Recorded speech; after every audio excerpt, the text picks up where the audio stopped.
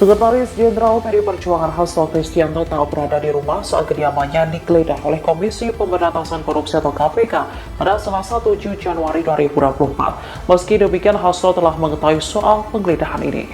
Hal ini diungkapkan oleh juru bicara PDIP Ciko Hakim. Ia memastikan Hasto sudah mengetahui bahwa KPK menggeledah kediamannya di wilayah Bekasi, Jawa Barat pada hari ini. Menurut Hasto, tindakan lembaga anti rasuah itu bukan hal yang baru. Bahkan ia tak terkejut dengan penggeledahan ini. Pasalnya, Ciko meyakini penggeledahan tersebut hanya untuk pengalihan isu. Salah satunya soal isu yang berkaitan dengan Presiden ke-7 Joko Widodo. Seperti diketahui, baru-baru ini Jokowi menjadi perbincangan publik lantaran ia masuk sebagai salah satu pemimpin terkorup di dunia tahun 2024. Download Tribun X sekarang, menghadirkan lokal menjadi Indonesia.